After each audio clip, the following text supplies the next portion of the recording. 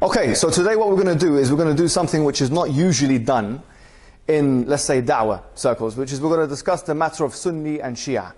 Today, my interlocutor here is going to systematically try and answer a video that I've originally done, which you can find on my channel, named The Real Differences Between Sunni and Shia. In this video, I discussed three main matters. One of them being the Quran, the second being the Sahaba, or the companions of the Prophet, and the third being Imamah, a central concept in Shia thought. In that, I said that these three things are the most important things, or the most important differences as it relates to Shia and Sunni discussion. So with that, it's important for us, in order for us to get to know, first of all, and be educated of each other's respective schools of thoughts, what our respective positions are on these three matters. Number two, today is going to be an attempt for me, from my side, to attempt to actually give evidences to why it is we hold the positions that we hold as it relates to those three things. Point number three, there's been some conditions that have been laid down by the organizers that we are going to honor, hopefully, which are conditions, first of all, of not cursing the Sahaba, or not, let's say, praising them in public. This is this thing that praising them, taraddi, saying radiyallahu anhum, which is an expressive term in Arabic, okay, which means may God be pleased with them. So this is something we have agreed upon, and we are going to do that for the sake of advancing the argument forward and for the sake of educating the mass populace. So I would hope that everyone sticks to these conditions. I would hope that with this discussion that both parties, Sunnis and Shias, that are listening to this, become more educated. Now listen, one more thing I want to say. This is not an argument. I'm not starting the argument yet. Nor am I starting the refutation. But what I am going to say to you directly, guys, is this. Now, there are some Shias that are going to be watching this. I want to make my position very clear. I don't consider the general mass of Shia as non-believers. I don't consider that to be the case. I consider myself a Sunni Muslim. This is how I name myself. A Sunni Muslim that basically considers the mass populace of the Shia as part of being Muslim as well. They are Muslim.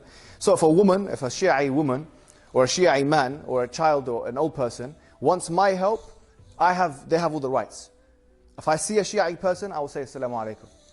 If a Shi'i person dies, I will do janazah on them. Ila akhiri, until the end of that. So this is just one thing I wanted to make. No hostility between me and the Shi'i brothers, because frankly, I do consider the mass populace as Muslims.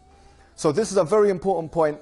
The purpose of me advancing the argument today is not because I hate Shi'as, it's because I disassociate completely with elements of Shi'ism.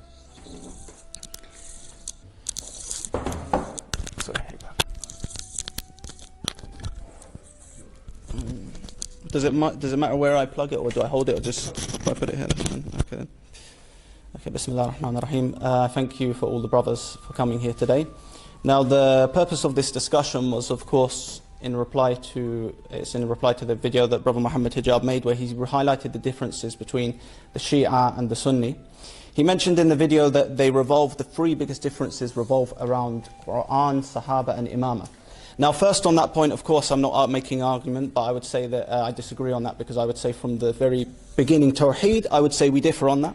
And there's many aspects we can discuss of Tawheed, however, I'm not going to get into that because that wasn't mentioned on the video. So the points that you mentioned were under the three headings, but there were various different points mentioned in the video. And some brothers requested me to do a series in order to reply to these points. However, I said if I'm going to do a video, it won't be one or two videos, because I want to give justice to these points. Nor do I believe I can do that fully in this discussion today, but I will try my best to, of course, discuss these points with you, and I want you to elaborate on your positions that you mentioned in the video. So you may bring new evidence, however, I'm not obliged to answer new things. Rather, the points that you made in the video, these need backing up because you've made them. And of course, brother, you said it's an educational video. With all due respect to yourself, I do not believe it was an educational video, but I'm saying that myself. Of course, even if a non-Muslim, for example, does a video against Islam, we may hold that opinion and say, you know, we want to meet up with him and prove it's not educational. So what I'll do is that I'll go through these points, inshallah ta'ala, and you can give me your position as to why you mentioned them, and we can discuss in this way, because a proper debate has to have one discussion, and it has to have one thesis that, okay, we conclude at the end. Here there's various points, and I hope that I'm able to get through all of them. So if we see that we're dragging on too long on one point, there'll have to be a conclusion at one point of this point so that we're able to discuss all of them. Otherwise, we have not achieved the objective of our discussion. So that's all I've got to say. Okay. And basically, You said you don't mind me starting because I'm going to read, obviously, the arguments that you put forth. So, yeah, so, okay. No, sorry. Yeah. I'm starting. It's worked out in a way that it came back to you, but I'm saying because, obviously, you've got... Yeah, that's fine, okay. Okay. Yeah, no, okay. Stop. Okay, that's fine then. So inshallah ta'ala, if you let me know when you start and when there's like less time left, let me know. Okay. Now? Okay, argument one in your video, we said when we look at the classical Shia scholarship with regards to the preservation of the Quran, they don't believe the Quran is preserved because they do not believe the Sahaba have done a good job. Argument two, you mentioned Fasl al-Khitab. Please mention me, inshallah, the purpose of mentioning this book. What was the purpose of you mentioning it? You also mentioned Khomeini. You said that he believes in Tahrif and Kashful Asrar, I believe. So these were the main three things that you mentioned regarding the points of this. Now, what I would say firstly is that you say classical Shia scholarship. Within your video, you failed to mention one classical Shia scholar. Because I want to ask you as well, of course, Tabrasi.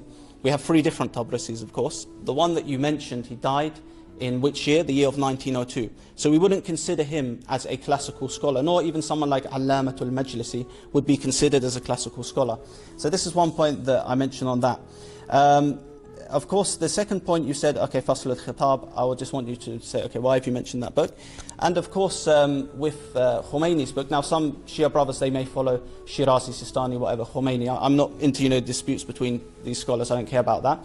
But what I'm saying is, do you have an original copy of the book where he says that he does believe actually in tahrif? Because I myself have genuinely searched in it. I'm not defending, I'm just saying that any author, when you quote their book, if it's correct, it's correct. If it's not correct, it's not correct.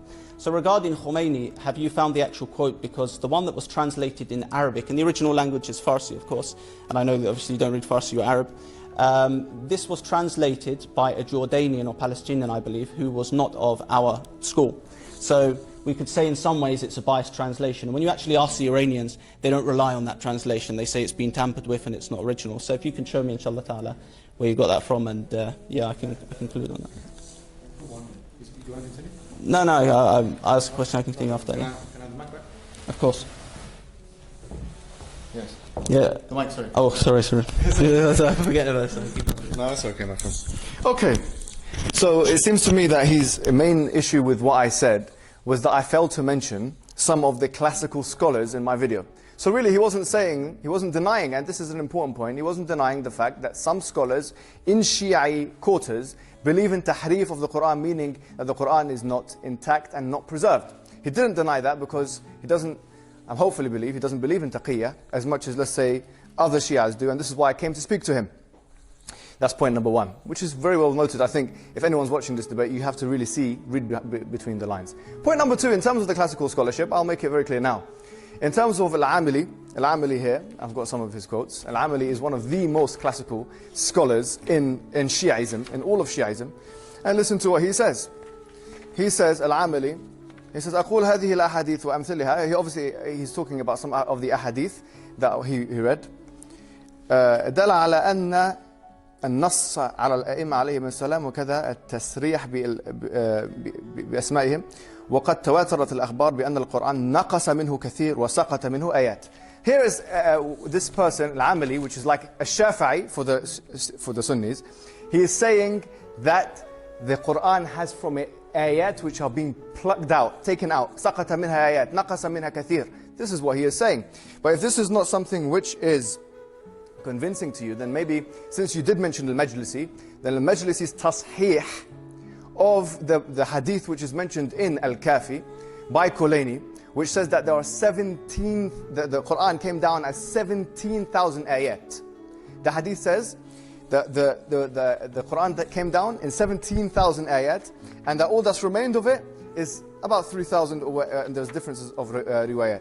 And here this hadith is mentioned by Abu Abdullah, of course, that is Ja'far as-Sadiq. So here we have Ja'far as-Sadiq, the sixth Imam, talking about the fact that the Quran, in fact, came down in 17,000 verses, and then after that, all of the verses were taken away until you only have 3,000 left. Obviously, maybe you didn't count them properly because there are about 6,000 verses of the Quran, 6,236 to be correct, to be completely accurate. Having said this, Al-Majlisi makes tashih of this hadith, and so does his father. So wait, he mentioned al-Majlisi and you said it's not a classical scholar. He makes tasheeh, meaning he says it's authentic. And al-Majlisi and other books, he himself talks about tahrif. And it's very difficult for anyone to say that al-Majlisi does not believe in tahrif. So here the question is, do you deny, first question, do you believe the Quran is muharraf, is plagiarized, is not preserved? Second question, do you deny that Shia scholars in the mainstream Shia circles have said this? Third question, if not, do you make takfir? Do you say that the Shia scholars who said the Quran is naqis are not Muslim? And if not, why not? Sorry, go ahead. We don't time the mic passing, right? Okay. Tell me when.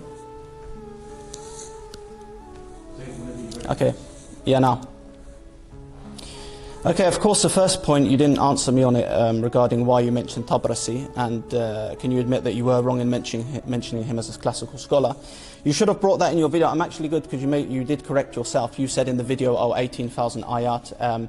The hadith you're talking about, it says 17,000. But to answer this, we say that yes, even this hadith itself is, one of the brothers has done the research where we found that there is a problem within the chain with it. But we say no, we don't just reject anything and say, okay, it's weak. We see that Sheikh Saduq in his Shiite Creed, obviously I won't read out the full quotes because of the lack of time, he explains that hadith Qudsi, extra explanatory revelation, it marks up to this number of 17,000. So Sheikh, what you could have done in your video, you could have mentioned Sheikh Mufid, you could have mentioned Sheikh Saduq, you could have even mentioned other scholars like Sheikh Tusi, who affirm that there's no distortion in the Holy Quran. So you've also implied that anyone who believes in the Holy Quran is corrupted, is kafir, or they believe in that point. Okay, of course. Another thing that I want to say to you is that, okay, so you say that they're kafir. Please say, okay, are you wrong on the Tabrasi issue, that he's a classical scholar or not? The ones that you brought, I'm not obliged to answer them, but what I will say is that we say anyone who believes in the Quran being distorted, we would say that this belief is a deviant belief. I don't need to do taqiyya on this either. It is a deviant belief, but however, saying kafir is another kind of it's another thing saying kafir is another category. So if I say someone's a kafir because of tahrif, then this will open another door which I'll elaborate on. But what I'm saying is, what was the purpose? Because before I go on with my points, I want to know, what was your purpose for mentioning Tabrasi's book? Because obviously we know it's an isolated incident, it's an isolated case, and we actually know the ulama differ as to why he even wrote this book. And ironically, he used more Sunni narrations than Shia narrations in the book. And some scholars, I will accept that he believed in tahrif. I'll say that, I'll say, okay, he believed in tahrif, I've got no problem with that. But what I'm saying is, if you show that book, I also have a book, Al-Furqan, which is from Ibn al-Khatib, and he also was a Sunni Al-Azhar graduate, who in fact himself wrote a whole book on tahrif. Now you may say you've done takfir on him, but my point is regarding some of your Sahaba. I would say that, okay, you want to say someone is a kafir who believes in tahrif. Some of your Sahaba would believe in things that amount to tahrif. One of them, we find that one of Umar ibn al-Khattab's, his recitation, he would recite Surah Al-Fatiha in the following way. He would say that Sirata man an'amta alayhim ghayri al-maqdubi alayhim wa ghayri al-dhalin. Clearly here we don't find in any of your qira'at, the present day qira'at, that this is present, that he's this reading, and we find that Umar said this. So would you say yourself that this is tahrif? So regarding, to sum up, as I said, the 17,000 ayat, we can say that we accept it in the way of a hadith Qudsi. So as we know, it's still from Allah subhanahu wa ta'ala, but it does not count as revelation as part of the Quran. So I could easily reject this and bring other narrations where it doesn't allude to tahrif, nor does it allude, for example, to the names of the imams in the Quran. However, we'll move on to that point later. There you go. Thank you on that, please. Let me just put the mic on, please. When it's 10 seconds. Well, I'll do this, then you start, yeah? Did anyone, whenever you want to start time? Yeah, okay. Okay. Yeah, do that when it's 10 seconds as well, please, yeah. Yeah, so when it's 10 seconds, I'll... Do it again, okay, no problem. Ready? Okay. This seems to me like there is actually, on the first issue, no disagreement. The only thing is a semantical disagreement, where he is saying at-Tabrasi, yes, at-Tabrasi, yes, he might have believed in tahrif, but why did you mention him? Is he a classical scholar or not? Depends on how you define the term classical. In English language, usually things that happen in the 1900s are referred to as classical things. Now, if you don't want to refer to him as a classical scholar, then I'll take it back, I haven't got a problem. This does nothing for our thesis. The thesis is that the Shia mainstream position, or at least a large number of mainstream heavyweight Shia scholars, they believe that the Quran has things taken away from it and things put into it. And Al-Kulayni himself, although he doesn't do tasriyah am himself, which means he doesn't come up and say it generally himself, He has a bab, a chapter in his Al-Kafi, bab, the chapter of the fact that the Quran لم يجمع في عهد عثمان. It did not come together in the time of Uthman. وإنما is actually put together للأئمة. It's only for the A'immah, which means only for the Imams. Now, this might be shocking to someone listening, a Shia, he doesn't know about these things. And we'll say, what's going on here? Why is it that such a big alim is putting this in his book? The reason why is because, generally speaking, there was a desperation. There was a desperation early on in Shia thought. The fact that there was no verses of Imam in the Quran, they had to try and invent something. So they had to say, look, the Quran itself, it was originally 17,000 words, and then it was 17,000 verses, and the verses were taken away. This is desperation. Nothing but desperation, which is why you'll find in Tafsir al-Qummi, which is one of the most acclaimed tafsir in Shia circles, that you have things like كُنْتُ خَيْرَ أُمَّةٍ أُخْرَجَتْ لِلنَّاسِ in Surah Al-Imran, that you are the best community chosen for humankind. He says, قُرِئَ أَبُو Abdullah, Ja'far al-Sadiq, كُنْتُ خَيْرُ أَئِمَّةٍ أُخْرِجَتْ لِلنَّاسِ. That it was meant to say that you are the best imams. Why? Because then the Sahaba, what they did with their devilish handiwork, according to Al-Qummi and others, they must have taken away these verses. Now, what he said about Umar ibn al-Khattab is nothing but a lack of understanding of how the Quran was revealed to Muhammad sallallahu alayhi wa sallam. I want to ask you a direct question. Since you didn't answer my previous direct questions, hopefully this time you're going to answer these direct questions. My direct question to you, my friend, is what's the difference between a harf and a qira'ah? What is the difference according to Sunni scholarship? Since you are reading our books and I'm sure you've been educated, what's the difference between a harf and a qira'ah? You said it's not part of the qira'at al-ashar. Yes, it's not part of the qira'at al-ashar. What is the difference between al-ardat al-ula and al-ardat al-akhira? If you cannot answer these questions, then what I will have to do, my friend, and I'm saying this with all respect, I will have to educate you. You're saying I wasn't educating you in the first video, but I will certainly, hopefully educate you here today, because this is an important thing. If you don't know what the Arda Akhira is, Umar ibn Khattab, when the Quran was being revealed to Prophet Muhammad sallallahu alayhi wa sallam, it was being revealed in iddat uhruf, more than one harf. Then after that, is it finished? Sorry. Then after that there was the al-Ardat al-Akhira, which means the final thing which was revealed to Prophet Muhammad in Ramadan. This is the Quran that we have bayna aydina, in front of us today. Also, you're saying that's not tahrif, basically, the recitation. Okay, that's, yeah. Okay. Okay, as we mentioned, you can find many ahadith. What we find is that the strongest ahadith that we have do not say that the names of the Imams alayhim salam were mentioned in the Holy Quran. However, what we do is we accept these hadiths, and as we say, it's extra elucidation on the verse, which is also wahi, but not part of the Holy Quran. As I said with Tabrasi, if you want to bring an isolated book. Now, as I said, the ulama, they differ about this, but some people have cursed this book, some people say that he wrote it just to collect narrations, and some even say that his student Agha Bozorg Tehrani said he repented. So I'd rather, likewise, as I said, bring you this book, and it shows that both of them, you may condemn them, but both of them have books on tahrif. Now, you also said that about the 17,000 ayat. Well, as I said, it's not an authentic narration. However, we also have one of Umar saying that there's more than 1 million letters in the Quran that would show a increase in the Holy Quran. And you said that it's not tahrif. Well, what I would say is that the Salafis are constantly trying to accuse us of tahrif, shoot themselves in the foot, because as we have here, the well-known anti-Shia writer Ihsan Ilahi Zahiri, Muhammad Hijab, said it's not tahrif in the ayah. What he tries to do is this exact same reading that's mentioned for Umar ibn al-Khattab in this book. He tries to attribute it and say, oh, they have something, for example, for Imam Sadiq alayhi salam saying this, and the book is an-Nasikh. However, we cannot verify the book because it has over 4 different, well, they attribute it to 4 different authors. So it's not reliable itself. So Ihsan Ilahi Zahir, he would himself regard this as being tahrif because he mentions this in Shia and the Quran. Muhammad Hijab, he obviously himself, he doesn't regard it as being tahrif. So what I would say is that thank you for admitting on that point that you mentioned someone, okay, he's not a classical scholar. It's not about the words. We're saying that, okay, you mentioned classical scholars. The other quotes that you gave, I'm not obliged to reply to them because you didn't mention them in your video. So if you want to keep bringing more, it will go on and we won't be able to get through the points. You said in your video that classical Shia scholarship, and you mention Tabrasi as someone who is a classical Shia scholar. Kulaini and Majlisi, these are other cases that can obviously be spoken at another point. Now what I want to say also is regarding the other point where you mentioned about Tahrif, I asked about Kashf al-Asrar from Khomeini because you said obviously he's a big Shia for the scholars.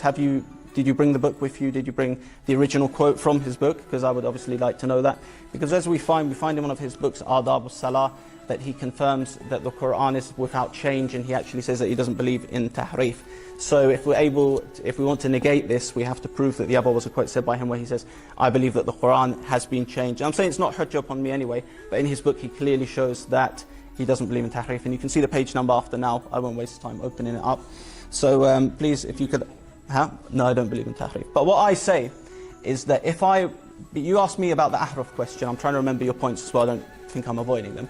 I would say that before you ask me about your ahraf and how many ahraf there are, you should probably go to your own scholars. Yasir Qadi, his Popular Ulum al-Quran book, he mentions here that the 7 ahraf, there's a deal of difference. 35 to 40 different opinions. So the scholars of the Ahlul Sunnah themselves can't even agree and define what the ahraf even are. So how am I meant to know what the ahraf are? Okay. Have I lost my time? Yeah, okay, yeah, go ahead. Yeah, that's fine. No. Have you got my question? Yes, of course. I think so. I'm very happy. I'm very, very happy of where this discussion has gone. I'm very, very happy the fact that we've been able to establish today that these things have been said, these maqalat have been said, these extracts have been taken out of the books of the major Shia ulama. We have a representative from the Shia with all of his books, and he did not deny the fact that Al-Kulaini, Al-Majlisi, and whoever else I mentioned in the previous speech did in fact believe in tahrif. Now he didn't deny the fact. As for the ahraf point, now, you must understand something. I'm going to ask you a question. He just said he does not believe in tahrif, which means he does not believe the Quran has anything taken out of it or put into it. Yes? And then I asked him, do you believe, he said, your own scholars don't even know what ahraf are. And then he quotes Yasir Qadi, who's a contemporary. Obviously, I mean, he could have chosen anything else. He can read Arabic. Why didn't he choose Ibn al-Jazari, for example? But he chose a contemporary because maybe it's in English and it's easy for someone like him to read.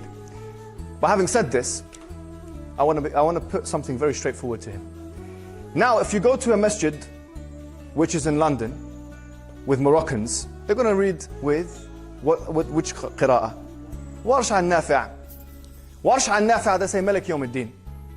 Hafsa and Asim, which he believes in, they say Malik Yawm al-Din. Okay, Malik and Malik are different. Malik means owner, Malik means king. Now the question is, you've got 3 options. Either you say the Quran has been changed, and the Muslims have not been able to preserve the Quran, or you say, no, actually I don't believe in that. In fact, what I believe is that those people who call themselves Muslims, which are not actually Muslims, Sunnis, because every Sunni, or anybody who calls themselves a Sunni, whether they are Deobandi, whether they are Ikhwani, whether they are Salafi, Hanafi, Barelvi, anyone who yadda'i Sunniyah, calls himself a Sunni, believes in the Qira'at, even the Ahmadis, who are not Muslim, they believe in the Ahraf and the Qira'at. My question to you, directly, is are you saying Malik is a distortion? Yes or no? All the Muslims say it's not a distortion, it's a harf that's represented in the Qira'ah. And what's your direct reply to that? Either the Quran has not been preserved, or number 2, the Quran has been preserved, but only within your small sect of, let's say, Shirazi, Shi'i, or other Shi'i. Tell me now, is this your position? Do you believe that everyone else is a kafir? Or do you believe here that the Muslims have preserved the Quran? The Quran has been preserved with the Muslims. Inna nahnu nazzalna dhikra wa inna lahu lahafidun. Chapter 15, verse 9, we have certainly sent down the book, and certainly Allah will protect it. So this is exactly what Allah subhanahu wa ta'ala meant. And this is what we're saying here. Direct question, is this tahrif, or is this a legitimate stylistic difference which is sanctioned by Prophet Muhammad through Allah? Shukran.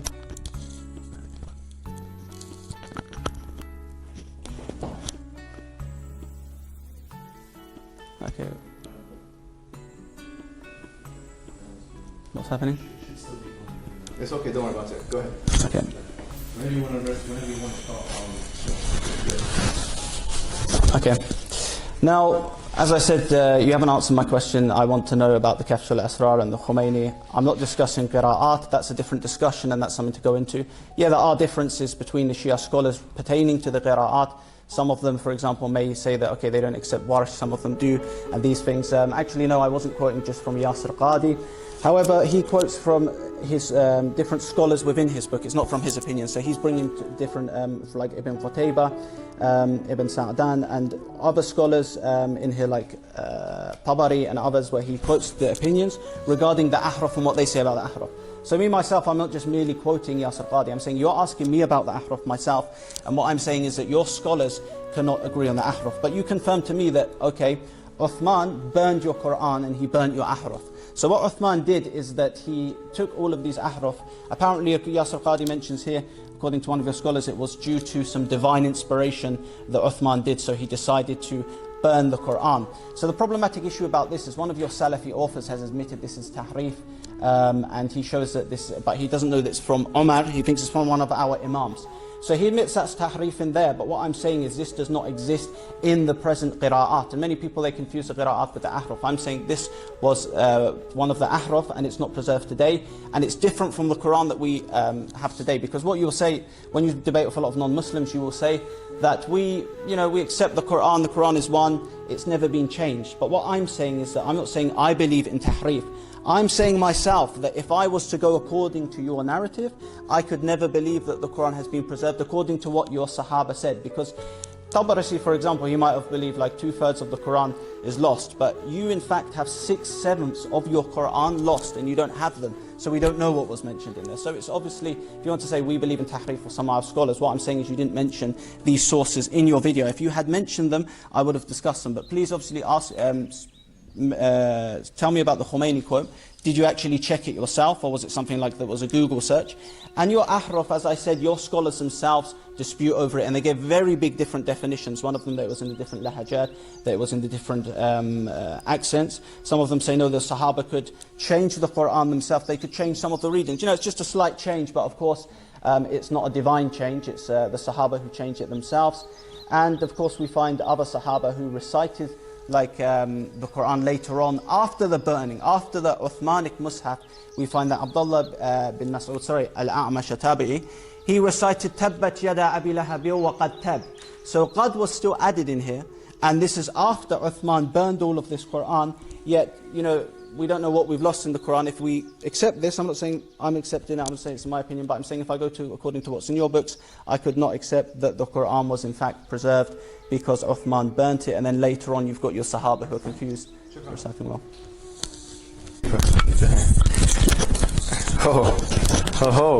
This is really, really, really interesting. The argument has become fuzzed out, and now he doesn't really know what to say. Because he started by insisting about Kashf al-Asrar for Khomeini.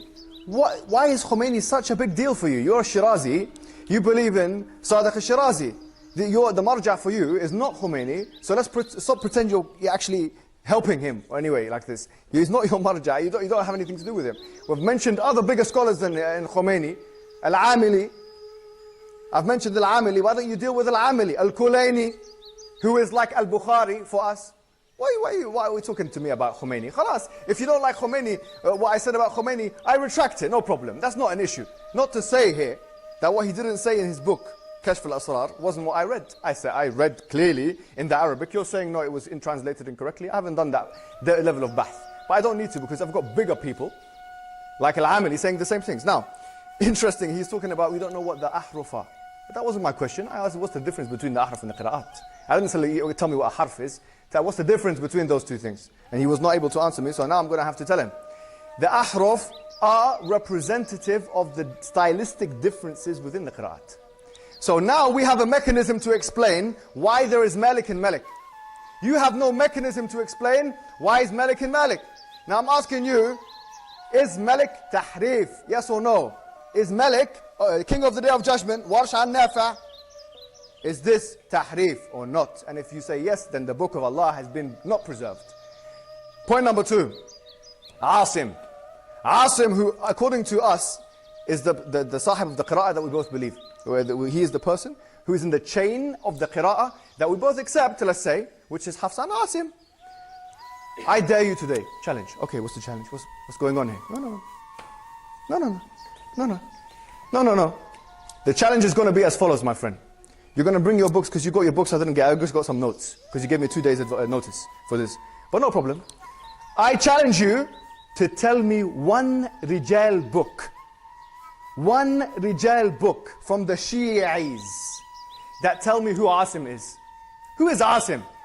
You only know who Asim is because we told you who he is. Asim is in the Sunni chain. He's in the Sunni chain. You have no information. He's majhul, unknown in the Shi'i books. So you accept our chains. That's why you had to, and it's in the video, you had to call it your Quran. It is our Quran. You're right.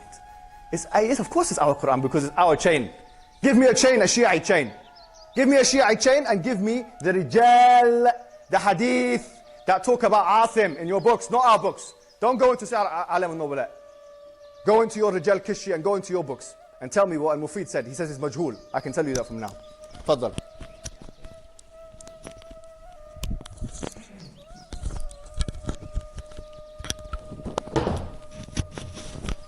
is the fourth one, right? So we're going to have one more. Oh, the Mac? The mic. Oh, the mic has to. Does it matter if it's upside down? Or? Probably because then more heels. Just a quick one. Do you want to go half an hour or do you want to do half an hour? Half an hour, yeah. No, Oh, really? One more. Yeah. Wait, is this last 3 minutes on the Quran? Yes. Oh, okay, sure. Whenever you want to start. Okay, now. So Muhammad Hijab, he mentioned, of course, the points in the video. He failed to mention about Tabrasi. As I said, Tabrasi wasn't a classical scholar, so you're wrong in that. As I said, I've heard about these quotes. I've seen the lists online on their blogs where they say major Shia scholars who believe in Tahrif. You falsely attributed to me that, I affirm it. I didn't say I affirm it. I say these points were not mentioned in your video and they can be discussed at another time. I said your ahraf at the end of the day, it was burned, so it's some of your scholars also say, for example here, we find that Yasir Qadi says, Al-Qari says that the opinion is very strange and problematic, that Uthman in fact left these qira'at out, and then you didn't answer the point about Al-A'mash, he Atabi'i. Later on, after Abdullah bin Mas'ud, who used to delete some of the surahs of the Quran, and who Al-Albani, he admits this himself, Al-A'mash was reciting the Quran this way, so that if a non-Muslim comes to you and he says, okay, show me your Quran is completely preserved in one way, he'll find that there are many different discrepancies in terms of the surahs and in the wording. Now you say about the qira'at, I'm not here to discuss the qira'at, but you in fact, in this, we have the scan here, I can give it to you after, you actually have Shi'i people in the chains of some of your qira'at. One of them being Hamran bin A'yun al-Kufi, who was the brother of Zurara, and he was actually a companion of Imam Sadiq alayhi salam, who Sheikh Tusi confirms. So even in your qira'at, you have people who are Shi'i in here. So we can say that no, it's not your Quran. In fact, you take it from Shi'is. And also the Salafis, they like to say other people like Asharis are deviants, but they took many of their science from Asharis and people who they would consider deviants. So for me, if Allah subhanahu wa ta'ala is the one who says that the Quran is preserved, it's not really my problem. I just see that it's been preserved, that's how it is. But I'm saying according to your text, you've lost 6/7 of your Quran. You have Shi'i narrators in this chain. And of course, as I said, you failed to answer my point. One of your Salafi writers, Ash-Shi'a wal-Quran, he clearly said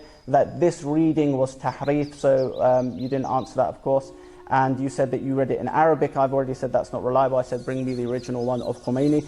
I may not follow him myself, but I'm saying the point that I'm trying to make is that you said Khomeini in Kashf al-Asrar, he believes in tahrif. You're trying to say that because he is taken as a big Shia scholar for some of the Shi'i, but you didn't back up your claim in the video. So Tabrasi himself, he wrote a book on tahrif. Yeah, I accept that. But you have this one, Al-Furqan, which was written on tahrif. And as well, not everyone who believes in tahrif, I know you like Regent's Park Mosque, actually the Imam, I spoke to him there, and I have witnesses of that. I said, does anyone who believes in tahrif, is he necessarily a kafir? That Imam said that, no, we have to find out exactly why they believe in tahrif, but what we would say is Al-A'mash, Atabi and Abdullah bin Mas'ud, they believed in a different Qur'an, and they deleted some of the surahs of this Qur'an, and they in fact recited Waqad Tab after the Uthmanic, all the other ahruf were burnt. And this goes to show what... Okay, is that video? Regent's Park Mosque? Wait a minute, my friend. Has this discussion degenerated to the extent of Regent's Park Mosque? What the hell is going on here? I went and I have witnesses. I spoke to the Imam in Regent's Park Mosque. The people are watching this, my friend. No, seriously, what kind of authority is that? Is this the desperation now that you're reaching? Regent's Park Mosque? No. I'm not going to waste my time with this. You keep mentioning At-Tabrasi. At-Tabrasi, At-Tabrasi, At-Tabrasi. It's wrong semantics. If you don't want to accept him as classical, fine, he's contemporary. Done. Don't waste time. You're wasting our time, seriously. Ahruf burnt. The Ahruf were not burnt. The Ahruf were not burnt. The Ahruf still remain within the Qira'at. Al-Jazari said so in Tayyibat al-Nashr, who is a real authority. You're talking about Yasir Qadi? I mean, sorry, with due respect to everyone who speaks in English. Anyone who speaks in English, but Yasir Qadi, compare him now to the ulama, to the authorities. Are we being serious here, akhis? Come on, man. Come on, man. Read the book. Read Tayyibat al-Nashr. Read Shatibi's works. Then tell me about Qira'at and Ahruf. Don't talk, come on, English book. Come on. Come on. Come on. Then you talk about Ibn Mas'ud, and what he's referring to is Falaq al-Nas, not knowing that he actually retracted that statement when he was part of the Lajna. He was part of the Lajna. He didn't think Falaq al-Nas were part of the Quran. He knew they were Wahi, but he didn't think they were part of the Quran. It's in Bukhari. But then he retracted this afterwards when he was in the Lajna. There was an ijma'. He retracted it. Why didn't you mention that? And you keep talking to me about, and then you talk to me about Hamran and Zurara, who for us is not, what are you talking about? Hamran. And by the way, let me tell you something about the books of Hadith. When Shiaism is mentioned in our books, it means Shia Tafdiliyah. It means that the person believed that Uthman shouldn't have been in charge and rather Ali should have been in charge. And you're still relying on our books. You're still relying on our books. I've challenged you and you have not been able to meet the challenge, which is get something from your books. Get me a chain. Get me a Shia chain of the Quran. If you have no chain, you have no Quran. You have to depend upon the Sunnis Quran, with all the Sunnis narrators in there. You have to rely upon Asim and Hafs and Abu Abdul Rahman al-Sulami and Uthman ibn Affan. Who's your book? You're reading it. The Quran is called the Uthman. It's called Mus'haf Uthman. It's called Mus'haf Uthman because is he the one who was supervising it. Are you mad? Are you mad? This is incredibly contentious. Anyway, I think with this, how long do I have left? 1 minute? 10 seconds. Believe me, I don't need it. Jazakumullah khair. Is this the end of the topic of the Quran, or we continue? Can I have one comment, or no? Whatever you want. Who wants to go first? Well, I have to read the objection, of course. Okay. Now he'll go first. Keep ping-ponging it. It's up to you. No, it's just so I can read your initial objection that you made in the video, of course, and then, you know, so, yeah. Okay, so, oh wait, is he starting timing?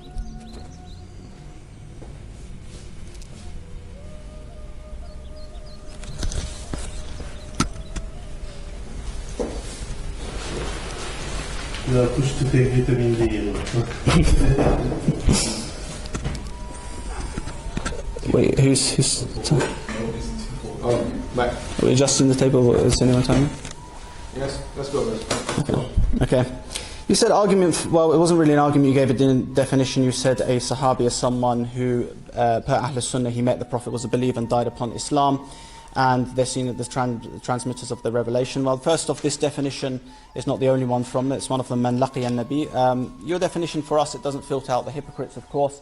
Such a definition could include babies, because a baby could meet the Prophet Muhammad ﷺ and die as a Muslim. It doesn't even say a time limit on how long they should meet. And also you find, like Bukhari, for example, he mentioned that man sahib al-Nabi aw ra'ahu min al-Muslimin fahuwa min ashabih. So this we see with Bukhari, we see very loose definitions of what you say are Sahaba, because obviously you believe that many Sahaba, like Uthaymeen says, 114,000 Sahaba are all just and they'll all be in Jannah, for example.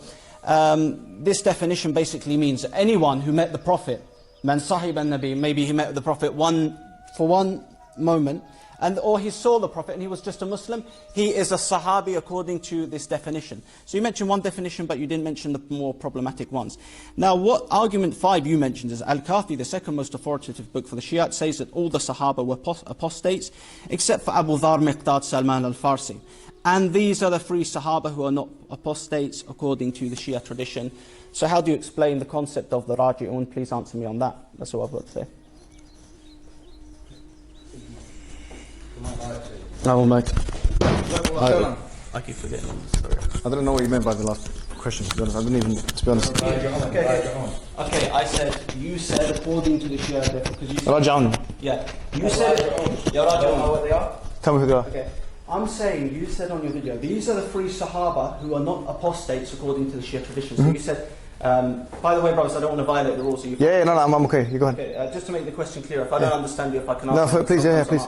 Yes, of course. I'm saying, you're saying to the Shia, according to the Shia tradition, okay, these 3 Sahaba were the apostates, they were not the apostates, sorry, and all the other Sahaba were apostates, of course. You made that point, yeah? So I'm saying, what do you say about our concept of the Raji'un? Because I'm saying the Raji'un, I can elaborate on that on the other. Okay, that's fine. Now let me start with what we say. Yeah, I'll start now. First thing he said is that there's a loose definition of the Sahaba, according to me. من لقي النبي وهو مؤمن ومات على ذلك. This is what the Sunni thing is. You know, whoever meets the Prophet Muhammad sallallahu alaihi wasallam and he was a mu'min and then he dies upon that. He says, what about children? Of course, the scholars of Hadith and of Islam have mentioned the prohibitions of, for example, a child narrating hadith over a certain age. So this stuff is mentioned. This is called tafsil. So the stuff of like, okay, children and these kinds of things, and okay.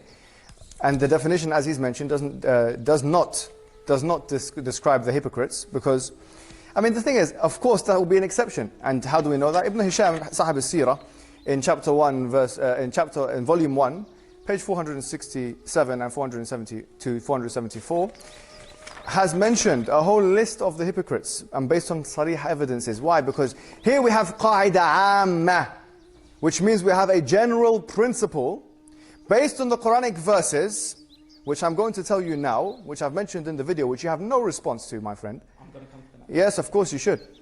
We should have no response to, my friend. These Quranic verses, which clearly tell us that the Muhajirin and the Ansar, who are 99.9% of the narrators of the Sahaba, that they are basically radiallahu anhum wa radu anhum, as it says mentioned in the Quran. So here, let's go first here. You said that this qaida, this definition is so loose. But look, Al-Hurr al-Amili, طبعا, one of the big scholars, in Amal al-Amil, yeah?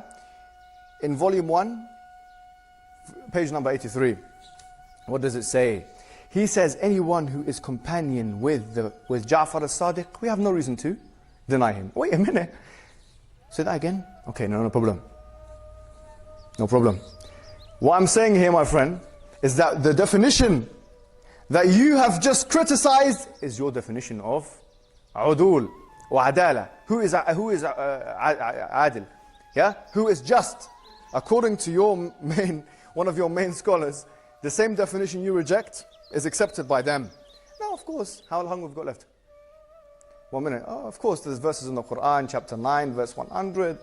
وَالْأَوَّلُونَ الصَّابِقُونَ مِنَ الْمُهَاجِرِينَ وَالْأَنصَارِ. Yeah? وَالسَّابِقُونَ الْأَوَّلُونَ مِنَ الْمُهَاجِرِينَ وَالْأَنصَارِ وَالَّذِينَ يَتَبَعُهُمْ بِإِحْسَانٍ رَضِيَ اللَّهُ عَنْهُمْ وَرَضُوا عَنْهُ. This is one verse of the Quran where it says that the sabiqun, the ones who are the forerunners of the muhajirin meaning the ones who did hijrah, who went from Mecca to Medina, and the Ansar, that Allah is pleased with them and He is pleased with them, and they are pleased with Him. وَأَعَدَّ لَهُمْ جَنَّاتٍ تَجْرِي مِنْ تَحْتِهَا الْأَنْهَارِ. And He is prepared for them gardens.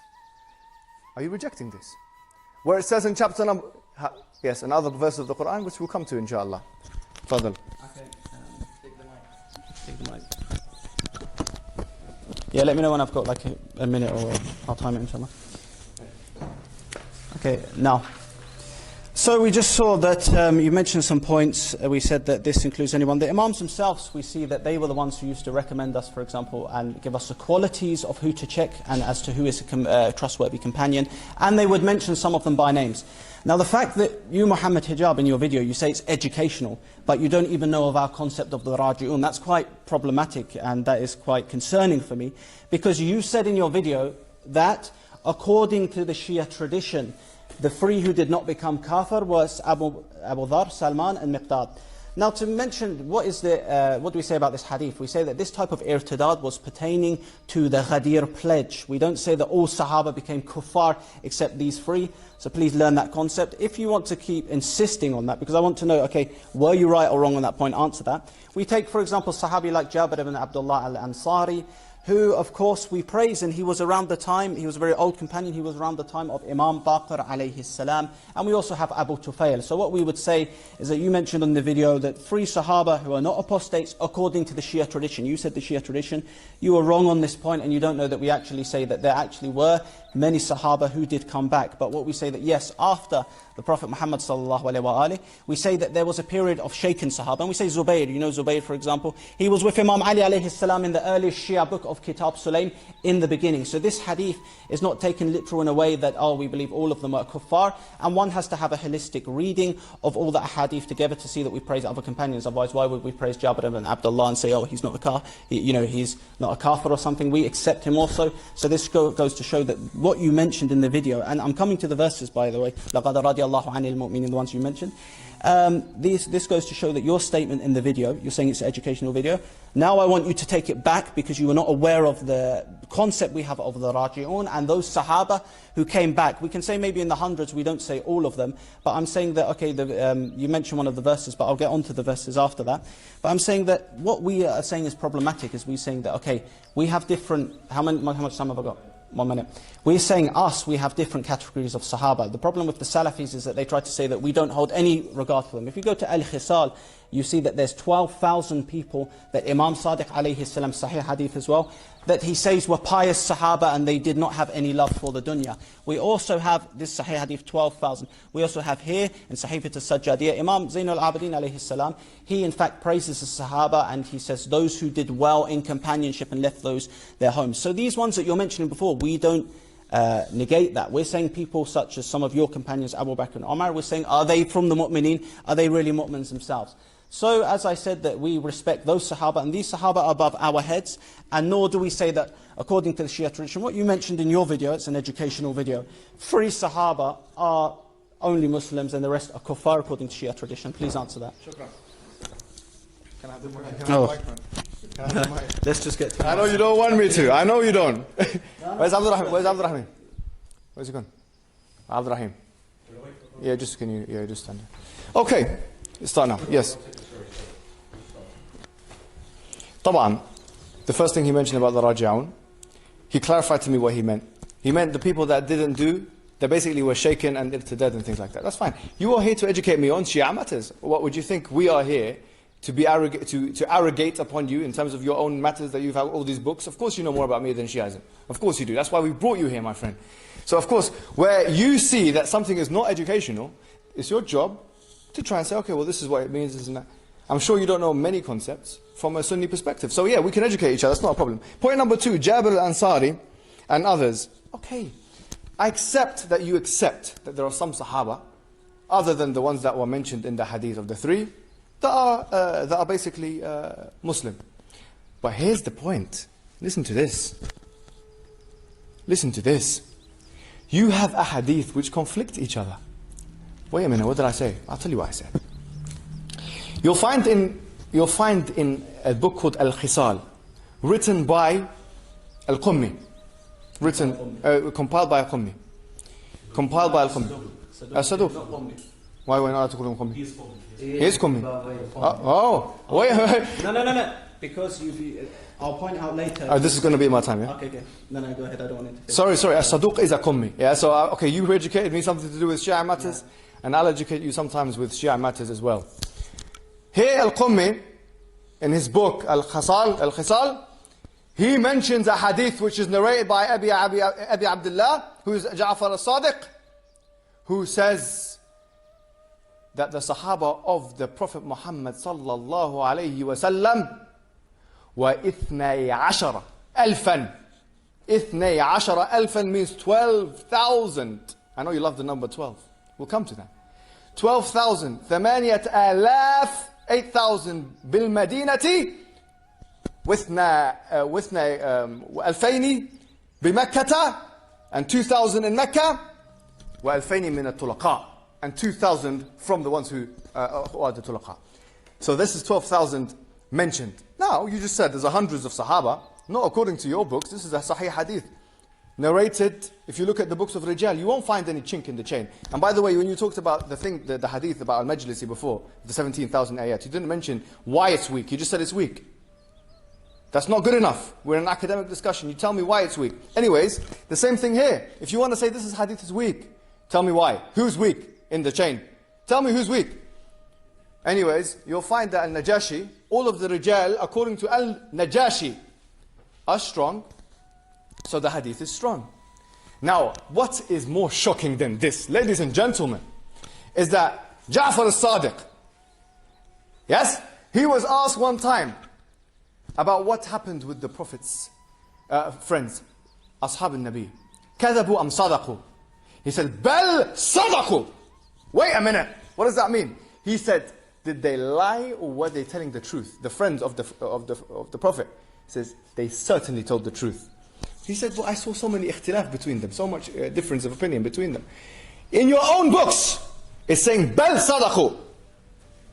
He said, but sometimes, you have these situations where, you have this situation, okay, the time is up, so I'm not going to continue. But the hadith is there, and it's strong.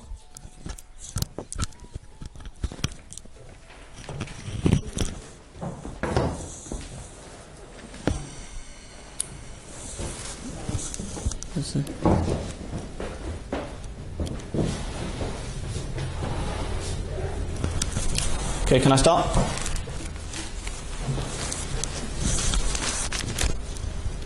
Yeah. Now, basically what I'm going to say is that you're the one, Brother Muhammad, you were saying it's an educational video. So you giving education to the people about it, it's not my problem. You said we believe all Sahaba kuffar except 3, and that wasn't mentioned. Now, what I say about that is that I don't know why you mentioned that hadith, because I just talked about it, maybe because I didn't quote it, I'll give you the benefit of the doubt. I was mentioning the exact same hadith, which is talking in Al-Khisal, which is talking about the Sahaba before the Prophet Muhammad sallallahu alaihi wasallam, and it's talking about those who were pious. So this is in that context. I'm saying after that yes, we believe that these Sahaba, these ones came back, and this was a point that you mentioned on the video where you said that the Shia tradition is that we believe all were kuffar except 3. So this point is answered. You admitted you were wrong on it. There's no point in to go more deep. The next point that you mentioned as well is that I believe the narration was weak. Well, actually one of the brothers, I believe the narrator is Muhammad ibn SYIAH, if I'm not mistaken, I could be mistaken, but he was mixed up with another narrator, and one of the brothers actually here did a research on that.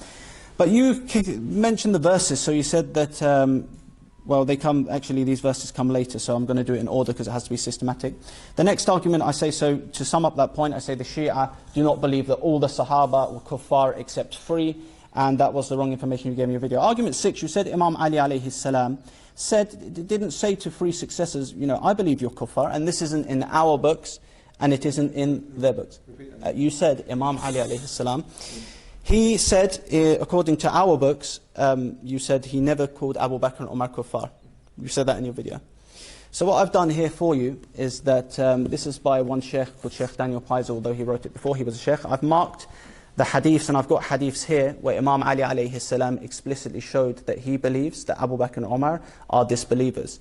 So your point in this, I'm not going to talk according to your books. I'm saying you said according to Shia books that Imam Ali alayhi salam didn't say them. For example, you look in Tafsir al-Qummi, Ibn Abbas, he asked Imam Ali alayhi salam about those who disbelieved about the Sahaba, etc. And he says, he recites an ayah, about Abu Bakr, and he recites the ayah about those who get الَّذِينَ كَفَرُوا, and he says about the bay'ah. It's in the context of the bay'ah.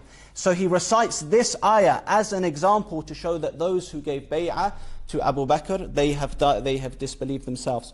So this would go to show that if the leader himself is, of course, a believer, then those who give bay'ah to him would not be disbelievers. So please, can you give me some clarity according to your point that you said, from our books, Imam Ali alayhi salam never called them that. And there's many other examples in our earliest book of Kitab Sulaym. Fatima al-Zahra, she said, كَذِبْتَ وَكَفَرْتَ, she said that to Umar, that you've lied and disbelieved. Imam Zayn al-Abidin alayhi salam, according to our book, said about Abu Bakr and Umar, kafiran. So he said both of them are kuffar, and he gave the final verdict. So I'm saying, when you're talking to our books, you'll say, okay, that's not in my books. You said in the Shia book. Go ahead. I genuinely can't recall. I'm not going to say I did or I didn't say this. I genuinely can't recall whether I said that in the video or not. Yeah? Whether I did or I didn't, people can go. It's on YouTube. It's called The Real Differences Between Shia and Sunnah. So you can check out the whole video from beginning to end, and of course you're going to find out what I said and what I didn't say. If I did say, that's, it's easily, I can put it to the side, it was a mistake. I said it has nothing to do with my overall thesis. Here you're focusing more on my errors than you are on your thesis, what you have to prove.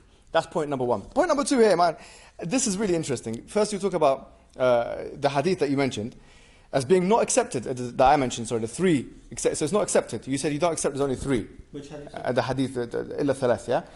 The No, Sahaba. I accept it, the Al-Kafi one that you mentioned. So you accept the hadith? Yeah, I accept it, but I said it's in the context of... Okay, fine, so, but you don't say it's only those three, yeah? Yeah, because... Okay, fine.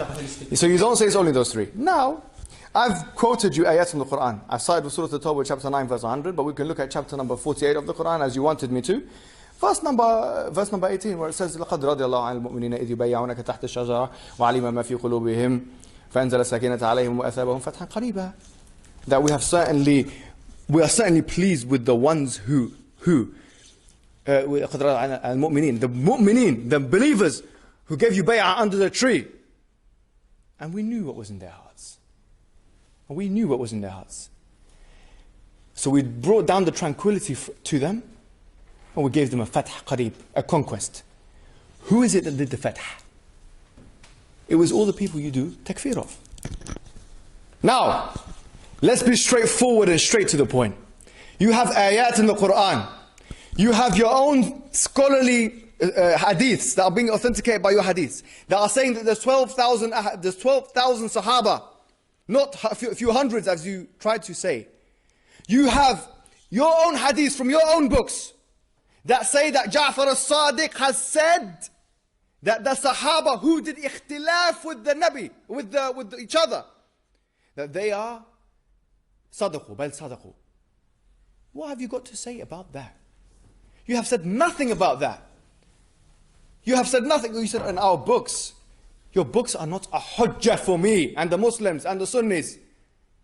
Your hadiths, which have been fabricated, and I'll prove inshallah later on, your fabricated hadiths have nothing to do with me, have zero to do with me. Give me something from Bukhari and Muslim. Give me your strongest possible evidence that those who you called disbelievers, and you had the audacity in your channel to put a fatwa of one of your so-called scholars who says, let's dig up the graves of Umar and of Abu Bakr, let's dig up the graves. And you put this on your channel. And you, yeah, I don't care the context. This is disgusting, vile things. And furthermore, you put on your Facebook that we have to celebrate the death of Aisha. Give me your strongest evidence that these individuals are kuffar, because the Quran says otherwise. What do you have to say about that?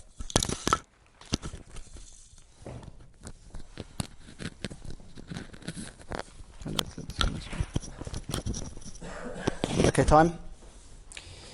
Now again, you actually contradict yourself. I'm coming to those ayat. If you can see, it's on here, the argument, these ayat. But I'm saying you contradict yourself. You're saying, I'm focusing on specifics of you. Now, actually no, because when we come to a later point, you said in your video, the issue with your thesis is that we believe the Sahaba are not Muslim. So you've said it in such a general way that you said, we believe the Sahaba are not Muslim, and you've labelled that as our thesis. So I'm not just going on particular points. I'm going through all of them. You said it's educational. It doesn't matter if my books are not a hujjah upon you, because you said, okay, you're using my books. You said it's not in my books. I said, look, let me not go into yours. I don't care about that at the moment. I'm saying, you said in your video, educational video, it's not in our books, nor it is in their books. I'm saying that after this I can show you that is clearly mentioned in our books. Maybe not a hujjah for you, but you shouldn't have made the statement and then say it's an educational video.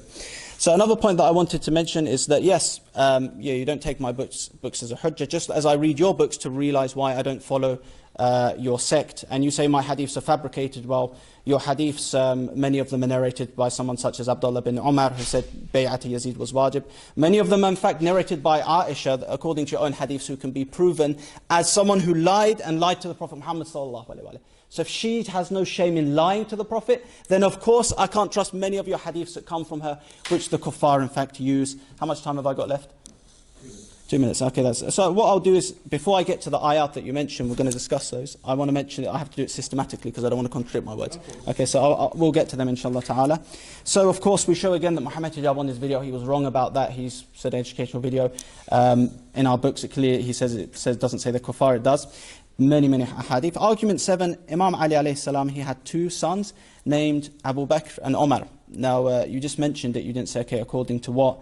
But can you provide to me a statement where it was out of love for these people that Imam Ali alayhi salam named them Abu Bakr and Omar? Because firstly, Abu Bakr is a kunya. Secondly, Omar, we find that Imam Hassan alayhi salam, if we use a Salafi logic, Imam Hassan alayhi salam, he named one of his sons Abdul Rahman, and it's mentioned in Kitab al-Irshad. I don't need to get it out, as I can show you after if you do want to see it.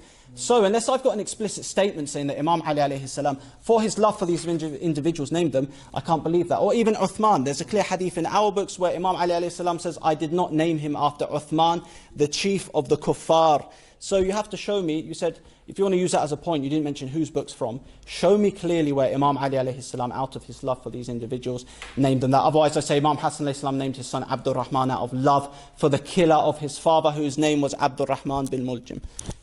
Thank you. Salafi logic, Salafi logic, Salafi logic. Okay, listen. I'm not here to represent a group of people called the Salafis. Wallahi, everyone that calls themselves Sunni would agree with what I'm saying. Anyone who calls themselves Sunni or ascribes Sunnism to themselves would agree with what I'm saying today. It's not about Salafism. Trying to break up, trying to create some kind of breakup within the Muslims and say this is Salafi. That's ridiculous. Don't waste my time. It's not Salafi logic. This is Sunni logic. This is everybody agrees to this that calls themselves Sunni. Everybody agrees to this that calls them. The Barelvi will even agree. The Deobandi would agree. The Salafi would agree. The Hanafi would agree. Everybody would agree. Everyone would agree with what I'm saying. It's nothing to do with Salafism. Number 2, the Sahaba are not Muslim. You have failed. What? Yes. You have failed to provide the evidences. I'm not taking your book as a hujjah, my friend. I take your book as a lesser hujjah than the Bible. Let me just be frank with you. The Bible of the Christians is a bigger hujjah than your book. Don't give me your book as a hujjah that, oh, my people said this in my book. It means nothing. Get me from iBooks. Allah's not going to ask me what's in your books. There's no reason for Allah to ask me. There's no evidence for what you believe in. Give me your evidence. Give me your strongest evidence from Quran and from the Sunnah that the kuffar that you mention as kuffar are kuffar.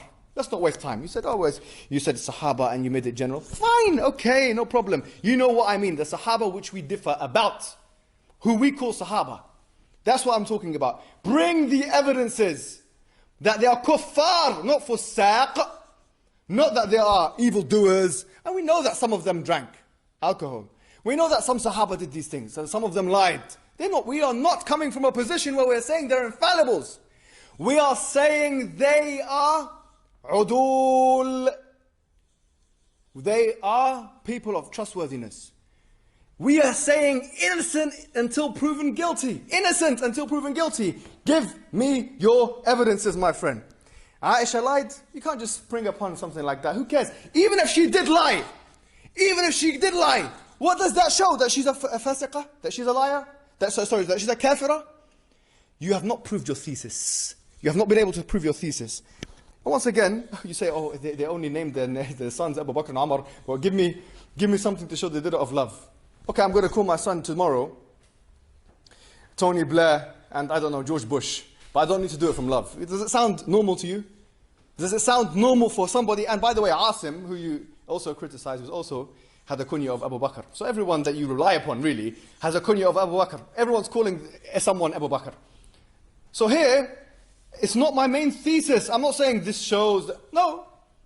This is just a cherry on top of the cake. Why would Ali call his sons Abu Bakr and Umar? Why would Uthman marry Prophet Muhammad's daughters, etc.? Further.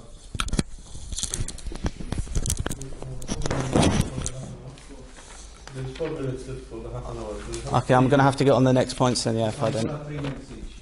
No, we'll have 3 minutes for the final 3 minutes. okay. Of course. Okay. Let's start now. Okay, so to my point, as I said, we said because Abu Bakr is a kunya, it's not confirmed whether Imam Ali alayhi salam named his son that. But as I said again, okay, I'm going to go with the Sunni logic. I went to Salafi. Then Imam Hassan alayhi salam, he named his son after the killer of his father. So as I said, you have to bring a statement clearly showing it out of love. But that's not important. You said about the ayat, and unfortunately we're running out of time. So basically, لَقَدْ رَضِيَ اللَّهُ عَنِ الْمُؤْمِنِينَ. You mentioned something about Arabic earlier, tried to give a little sly one. Well, of course, you just contradict your own standards because you recited every verse about Sahaba wrong in that video, and you did say to one Somali Ahmadi in Hyde Park that have respect for the Quran recited correct. That's not a problem.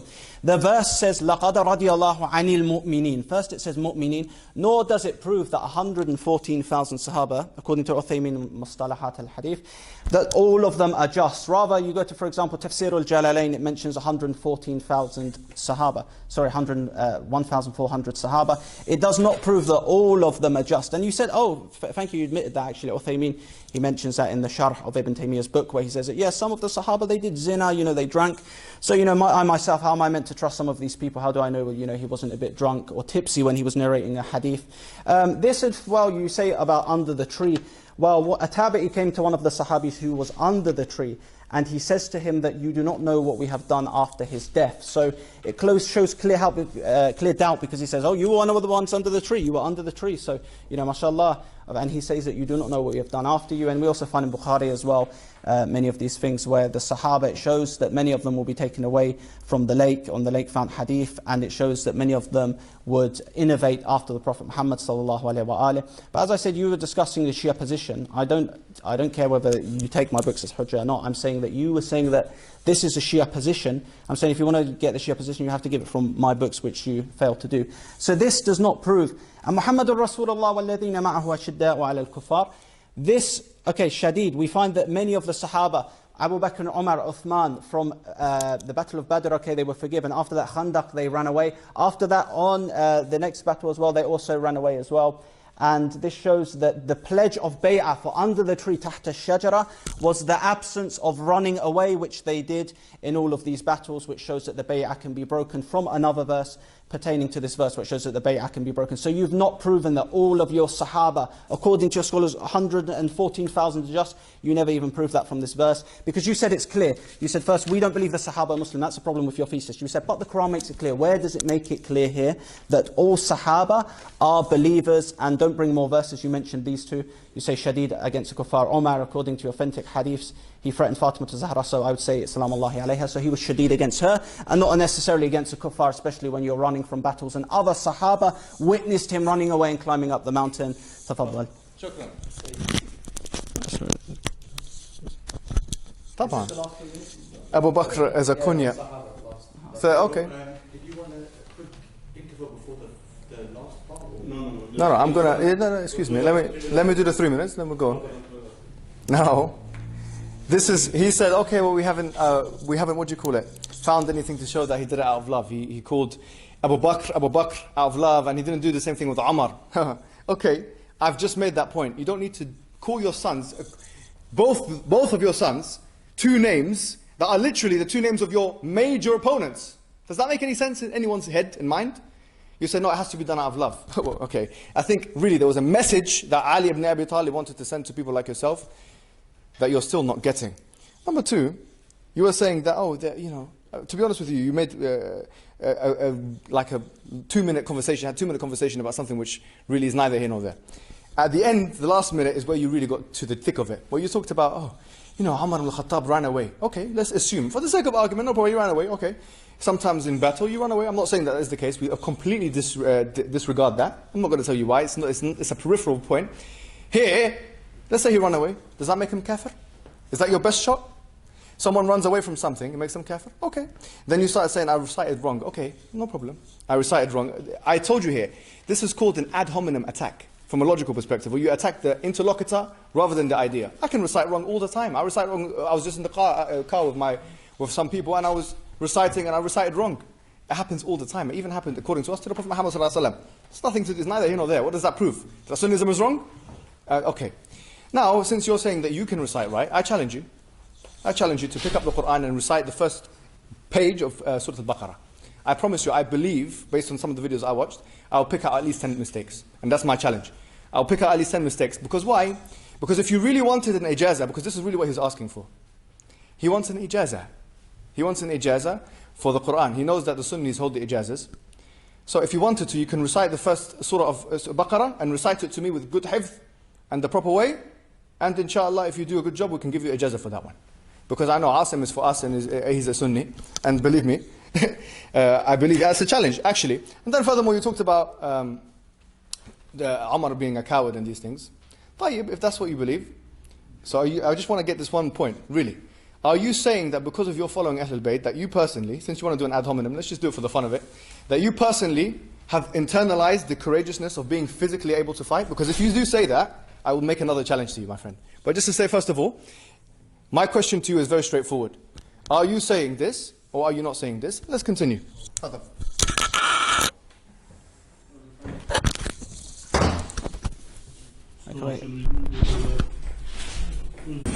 when's it starting? Okay, so we got past that issue. I'm not able to respond to some of the points on that, but inshallah ta'ala after we can engage in further dialogue at another time. The argument 10 is that you said the third major difference is imama, and this is one that a lot of your sect you like to bring up.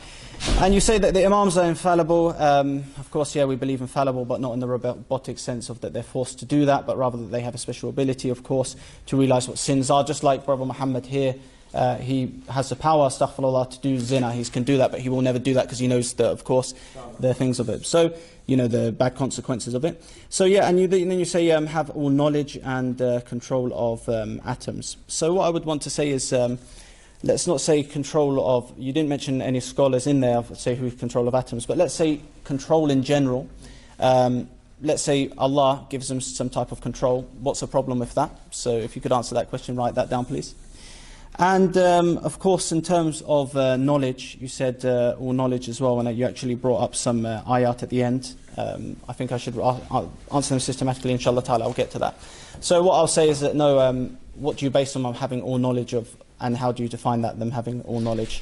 If you could let me know. And of course what I'd say, yeah, I'll bring it to you actually, I'll bring it to you. I don't need the 3 minutes. So you can answer. Shukran. Oh yeah. Okay. Yeah, I keep forgetting. I like the mic myself. Okay, I'll give it to you. Bismillah ar-Rahman ar-Rahim. Okay, the first thing, we'll get into the lubb al-mawdu, as we say in Arabic, yeah? We'll get into the crux of the matter. Here, Al-Mufid, which is one of their major scholars, he says, Man ankara ahadan min al-a'imah, fahuwa kafir jahid. Yeah? Whoever does disbelieve in one of the imams, then he's a kafir. He's a disbeliever, yeah? And the brother in the audience, alhamdulillah, is agreeing with that. Now what I'm saying here today, guys, ladies and gentlemen, is that if that is the case, if my salvation as a human being depends upon the fact that I have to believe 12 individuals starting from Ali ibn Abi Talib up until this, what we call a fictional character of Muhammad ibn Hasan al-Askari, these 12 individuals, where is the dalil? Give me your strongest possible. I'm going to say the same thing to you as I said before. And you were able to give you something about running away from the battlefield, about the Sahaba. Give me your strongest possible dalil today and now. Here. Give me your strongest possible dalil for the imamah from the Quran and from the Sunnah. Wait a minute. From the Quran and the Sunnah that we deem authoritative. I'm ready to become a Shiite today. I'm ready. Give me the hadith. Give me the verse. I'm ready to become a Shiite today. Point number one. Point number two. Really, this whole number of 12 anyways. Let's be honest, Al-Nawbakhti in his book Firaq al-Shia, he mentions that there was a group called Al-Qat'iyah. Who are these group called Al-Qat'iyah? They believed Al-Kadhim, who was the 7th Imam. They believed Al-Kadhim, who came after Ja'far al-Sadiq, that he went into ghaibah. Wait a minute. What's ghaibah? He went into disappearance. Meaning he is the Mahdi. So really they believed in 7 A'imah. No doubt Shi'ism has a difference of opinion as to the amount of Imams there are. No doubt about that. Look at the Ismailis. They're a contemporary group. We don't need to go to the books of history and the relics of history. Let's look at the contemporary books. We find it's so clear for everyone to see that there's difference of opinion on how many Imams there are, even. So here we talked, number one, about give me the dalil. Number two, that's my first objection. I'm ready to become Shiite today. I'm ready to become Shiite today. Let's do it. Just give me the dalil though from Quran and Sunnah Al-Mutawatira, or you can even say the Sunnah, the authoritative one. I'm ready for anything you throw at me. And remember, his time is up? Half a minute. And remember that you did have firaq, your earliest Shi'i. Your earliest Shi'i people. They didn't believe in 12. They believed in 7. The Qat'iyya believed in 7. Sulaiman bin Qais, who wrote a book, one of the earliest Shi'i books, he believed in 13. The Ismailis believe in 8. Don't tell me about 12. 12 Imam, what's 12? Come on. Come on. Now, moreover, it's okay. Okay, so. Okay. Pardon? Okay, let me change, sorry.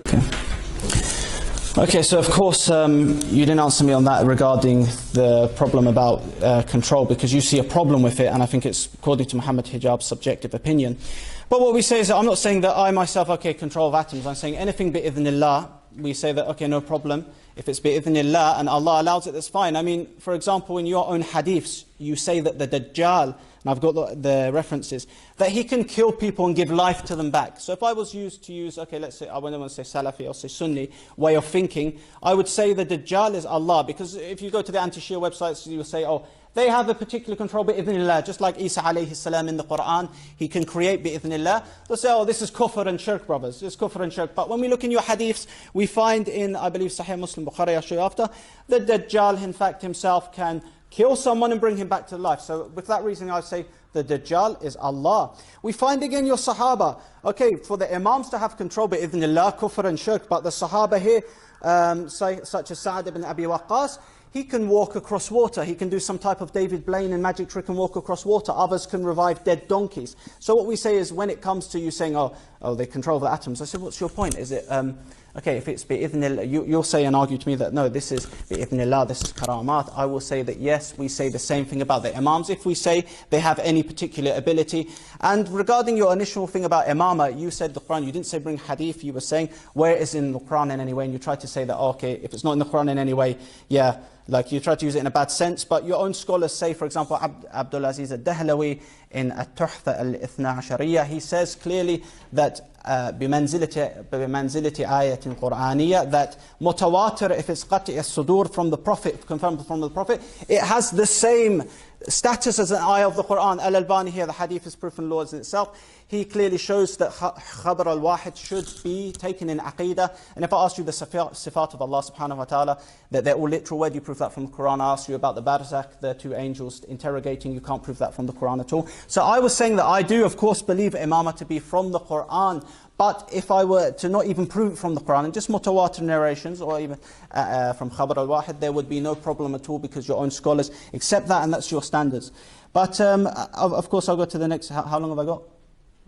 Half a minute. So then you said, okay, yeah, the next, you mentioned the things about the Imams, and you say, if we look at the beginning or the end of it, we don't find any of the 12 names of the Imams in the Quran that's mentioned in any explicit name. I say it doesn't matter, we don't need to have names and just have the Quran, which was seemed to be your initial argument that you use. And many of your own scholars as well say the person can't be a mu'min if he, if he does not believe in Quran with the Sunnah. So both of them can be proved in that way. But what I'll do is that I'll address your arguments, because you didn't bring any specific ayat in the video to say that, okay, let's discuss these. I'll address your arguments of how you negated imamah from our sources, inshallah. I remember the mic. Let me start by addressing what you said. And this is something I am doing with you that you have not necessarily done with me. I've asked you a variety of questions in this evening's discussion. We've talked about, give me why you don't believe, for example, the qira'at is tahrif. You didn't answer. Then we talked about, give me something from the Quran that talks about imamah, or from the hadith. No answer. But so you don't want to answer me. This shows, to be honest with you, that there is no answer. That's point number one. Point number two, really, he's talking about some kind of control. Okay, this is what they call wilayat al-takwiniyah, yeah, where you have the ability to control things. Now listen to me. This is not what I said. I didn't say anything about control, to some control. I said all ability to control. Wait a minute. Astaghfirullah azim, subhanallah. Wallahi al-azim, I don't see a difference. La hawla wa la quwwata illa billah. Wallahi, I really don't see a difference between this, and I want you, this is a challenge, it's a question. My question to you is, tell me the main difference between this and subordinationist Christianity. You basically believe, and it's mentioned in Al-Kafi, Bab I'll get you the exact what the name of the bab is in Arabic. But the chapter of when the Imam wants to know something, he'll know something. This is Kulayni's opinion. Whenever someone wanted to know something, he'll know something. Do you understand? That means to say that, and you were talking about knowledge, controlling knowledge. That means to say that it's in the capacity of the Imam, la hawla wa la quwwata illa billah, to have the same knowledge as Allah. I'm sorry, that's just because it's bi'idhnillah, it doesn't solve the problem. This is why I say, what is the difference between your position and the subordinationist Aryan Christian who believes that there is a hierarchy where you have the Father on top and the Holy Spirit and the Son on the bottom, and that everything happens with the will of the Father, yet they're equal in terms of their abilities. If you're saying that the Imam has the ability to have all knowledge, and if you're saying that Allah has the ability to have all knowledge, I'm sorry, but this means there is equality in that.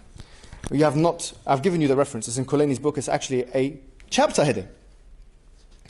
Now, moreover, you'll be surprised, I believe, subhanAllah, that the Imamah thing is actually a matter of, there has been a historical development. And I'll give you an evidence of that. An evidence of that is a hadith which is narrated by Ali bin Ibrahim an Abihi and Abdullah bin Jundin. Which book? This is in Kafi, yeah? قال سألت أبا حسن. He said, I asked Abu Hassan and sajdat shukri, about the sajda of shukr. So he said, you have to say, you have to say, I thank Allah and the angels and the وَنَبِيِّكَ وَرُسُلَكَ, and the Nabis and the Rusul. The same ruwayah actually comes, Abdullah bin Jundabin, yeah? And Musa bin Ja'far. And then he said, the same riwayah, not mentioning the names of the Imams. This shows anachronism.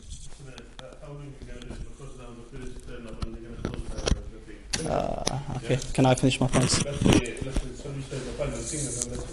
Okay, we've only got 2 goals each anyways. Yeah, yes. How many more minutes have we got? Because I haven't got to mention my points. I'm very disappointed this happened. I wanted to have a full discussion. Is it? Yeah. It's not our fault, but go ahead. I could stop them for 10 minutes maximum. I will try to finalize. Okay, let's go. Okay. Let's go. Okay, now I'm going to have to, I can't obviously answer all of them, I have to finish what I can. You said in Basair al-Darajat, there's a whole chapter which clearly shows that there is hidden knowledge which the Imam can never have. So we see that this knowledge, if Allah subhanahu wa ta'ala gives it, there's no problem. As I said, the Dajjal has powers of course, giving life to people once he killed them.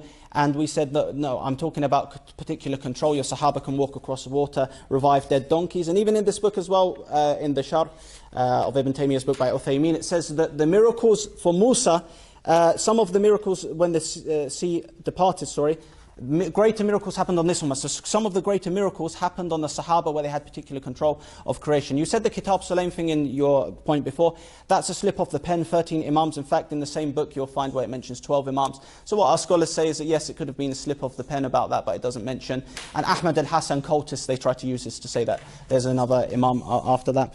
And you said, bi'idhnillah, no, we said that, yeah, Allah subhanahu wa ta'ala, bi'idhnillah, if it's not something, for example, we say that it would put them in lordship with him, then there's no problem in doing that. If they can get knowledge from Allah subhanahu wa ta'ala, which is knowledge inherited from the previous prophets, peace be upon them all, then there's no problem at all, and that's not putting any partners.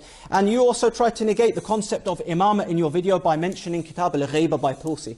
You said that in Kitab al-Ghayba, Imam Hassan al-Askari didn't have any sons anyway. This is what used to negate imamah. First, you should have read the title of the book, which is Al-Ghayba, which means that Sheikh Tulsi is what? He's a Sheikh of what sect? Of course, the Twelvers. The book is dedicated to the whole Imam, and he's also got a chapter where he says refutation of those who say that Imam Hassan al-Askari alayhi salam does not have a son. So I believe from this book you read one of the quotes from the Arabic forums. I searched it and I was reading it where it says that the Imam did not have, there was no signs of pregnancy towards the end of his death. That's fine because we say that that birth was hidden, just like the birth of Prophet Ibrahim alayhi salam and of Prophet Musa alayhi salam.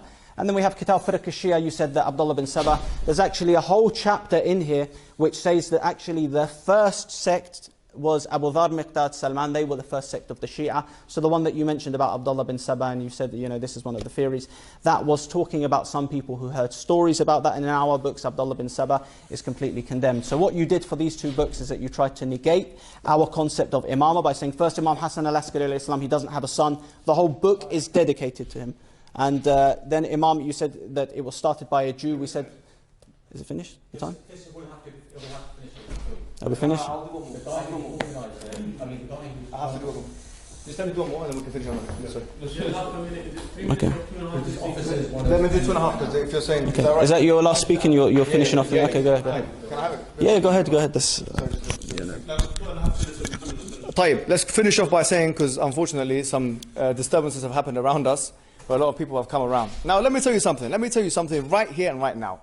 We've just compared, and I know a lot of Shiites that are watching are going to find it offensive, that I've compared Shiaism with Christianity. I've done it, and I asked him the direct question, what's the difference between Shiaism and subordinationist Christianity? And he hasn't really answered that. What is the main conceptual, theological differences? There is not many. The same thing can be said about a Christian. He can make the same excuses that, there are some things that divine Jesus doesn't know. Anyways, we won't go into that. I want to ask you another question. Obviously, you don't believe Ahmad is a Muslim. You don't, Qadian is? No, you don't Muslim. Okay. Why are they not Muslim? Because they believe in another prophet that's coming after the Prophet Muhammad. However, you'll find, here we have a hadith which is narrated, and Ahmad bin Muhammad bin Abi Nasr, and Tha'laba bin Maymun. He said, okay, this is a hadith, he asked one of the Imam, what is the farq? What is the difference between the Imam and the Prophet? Listen to this. Do you know what he said? He said, in a nutshell, the difference is that the Imam can see, the Prophet can see the angel, and the Imam can't see the angel. And we know in Shia thought that the Imam is actually higher than the Prophet, if anything. So what's really the difference, and how dare you? I mean, what right do you have to make takfir of someone who's saying there's a new Prophet, and you're saying there are basically people that are higher than prophets that came after the Prophet Muhammad? Why? Does this make any sense to you? Does this make any sense to you whatsoever? I'm sorry, it doesn't make any sense to me and the rest of the listeners. I believe you. Believe me, the Shias here, wallahi, I apologize to the Shias if I've come across as passionate. Obviously, the reason why I've become very passionate this time is because of the things that have been said by this group about taking up the entrails of, subhanallah, of Abu Bakr and Umar, and let's empty the graves. Very extreme things. Let's celebrate the death of Aisha. Let's do all these things. But today, alhamdulillah, ja al-haq wa zahaqa al-batil.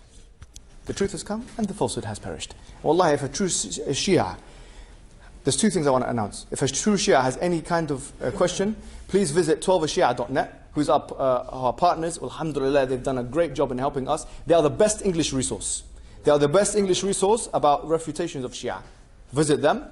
And also, of course, watch the rest of our videos, no doubt. And also, of course, just ponder over it. Wallahi, if a Shia comes to me and asks me any question on Instagram, I'll answer. Fadal. Recommend a website as well. It's finished now. Revisiting the setup is... Shukran. Okay, fine. Okay.